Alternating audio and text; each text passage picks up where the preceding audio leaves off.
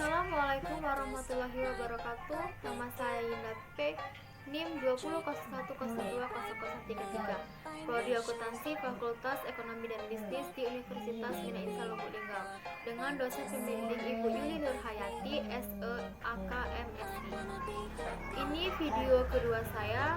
Di video pertama saya sudah membahas tentang persamaan dasar akuntansi beserta contoh dan jawabannya. Di video kali ini saya akan membahas tentang jurnal umum. Nanti saya akan memberikan contoh beserta pembahasannya di video kali ini untuk jurnal umum. Apa itu jurnal umum? Sebelum membahas tahapan dan contoh jurnal umum, ada baiknya kita memahami pengetahuan dasar tentang jurnal umum terlebih dahulu. Jurnal umum berfungsi sebagai tempat untuk mencatat semua transaksi keuangan perusahaan pada periode tertentu secara sistematis dan kronologis. Untuk membuat jurnal umum, kita harus paham mengenai saldo norma masing-masing dan akuntansi. Jurnal umum adalah suatu jurnal yang dipergunakan untuk tempat melakukan pencatatan bagi segala jenis bukti transaksi keuangan yang muncul akibat terjadinya berbagai transaksi keuangan perusahaan dalam suatu periode tertentu. Pada umumnya, jurnal ini digunakan dalam akuntansi perusahaan jasa karena pada prinsipnya segala transaksi dalam perusahaan dapat dicatat secara kronologi. Sedangkan pada akuntansi perusahaan yang lebih efektif menggunakan jurnal khusus. Pembuatan jurnal umum atau disebut juga dengan penjurnalan mempunyai tujuan diantaranya untuk melakukan identifikasi, melakukan penilaian, dan melakukan pencatatan dampak ekonomi dari sebuah transaksi atau beberapa transaksi dalam perusahaan.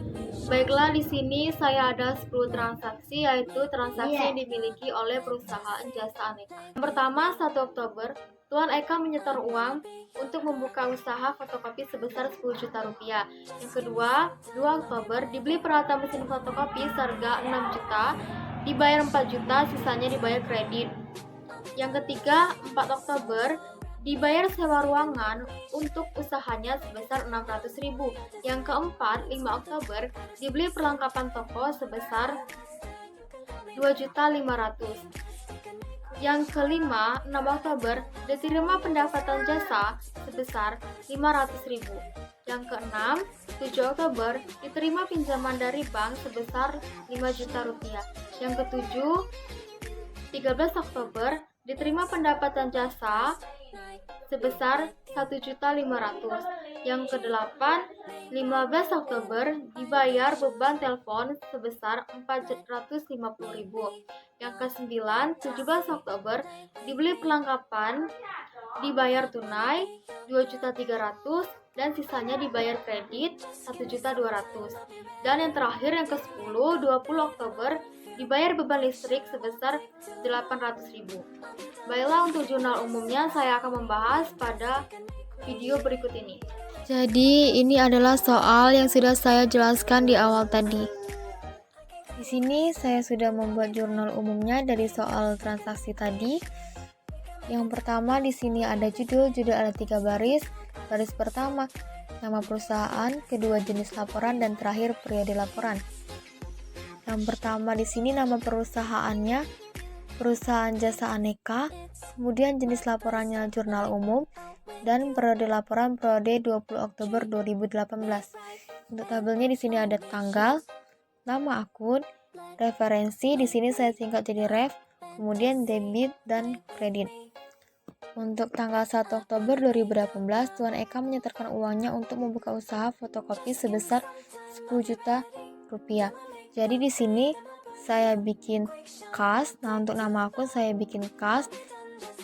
Kas itu adalah harta jika harta bertambah di debit. Jadi di sini debitnya sebesar 10 juta rupiah. Kemudian karena Tuan Eka menyetorkan uangnya ke perusahaan, berdampak modal Tuan Eka bertambah kan, dan modal perusahaan juga bertambah. Jadi di sini modalnya dimasukkan ke dalam kredit. Dan tanggal 2 Oktober 2018 dibeli peralatan mesin fotokopi seharga 6 juta rupiah, dibayar tunai 4 juta rupiah dan sisanya dibayar kredit. Jadi di sini untuk nama akunnya peralatan kita bertambah sebesar 6 juta rupiah itu di debit. Kemudian kas. Kas di sini kas kita berkurang, harta atau uang kita berkurang. Kalau kas berkurang itu berada di kredit. Jadi di sini 4 jutanya berada di kredit. Kemudian karena seluruh jumlah peralatannya 6 juta dibayar 4 juta, jadi di sini sisanya atau hutangnya tinggal 2 juta rupiah. Jadi di sini nama akunnya saya buat hutang dan 2 juta rupiahnya di kredit. Kemudian tanggal 4 Oktober 2018 sewa ruangan untuk usahanya sebesar 600.000. Beban sewa bertambah di 600.000 debit. Kemudian kas kita berkurang. Kalau kas kita berkurang, harta ataupun uang kita berkurang itu di kredit. Jadi di sini kredit sebesar 600.000 rupiah.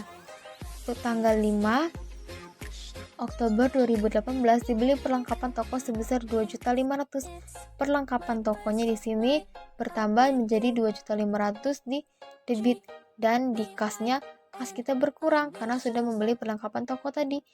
Di kredit sebesar 2.500.000. Tanggal 6 Oktober diterima pendapatan jasa sebesar 500.000. Jadi di sini kas kita bertambah, uang kita bertambah karena mendapatkan dari pendapatan jasa tadi kan.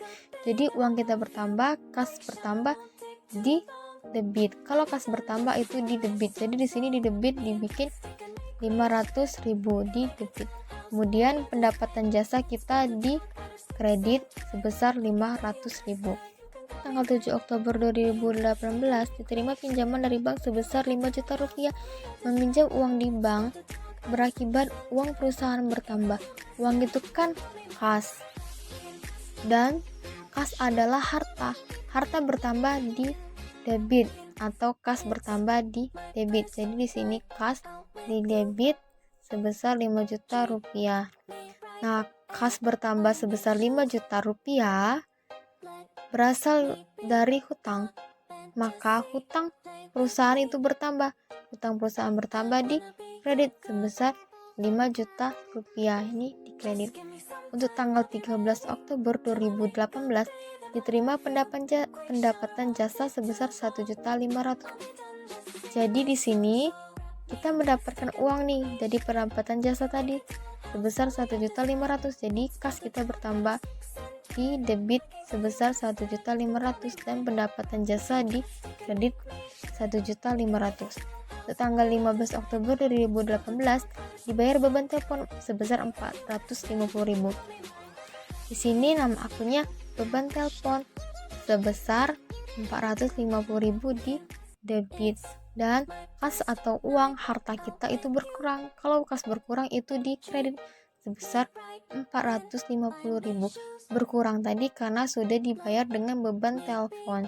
Kemudian tanggal 17 Oktober 2018 dibeli perlengkapan dibayar tunai sebesar 2.300.000 dan sisanya dibayar kredit sebesar 1.200.000. Di sini perlengkapan toko 3.500.000 di debit untuk total semuanya 3.500.000 dan kas.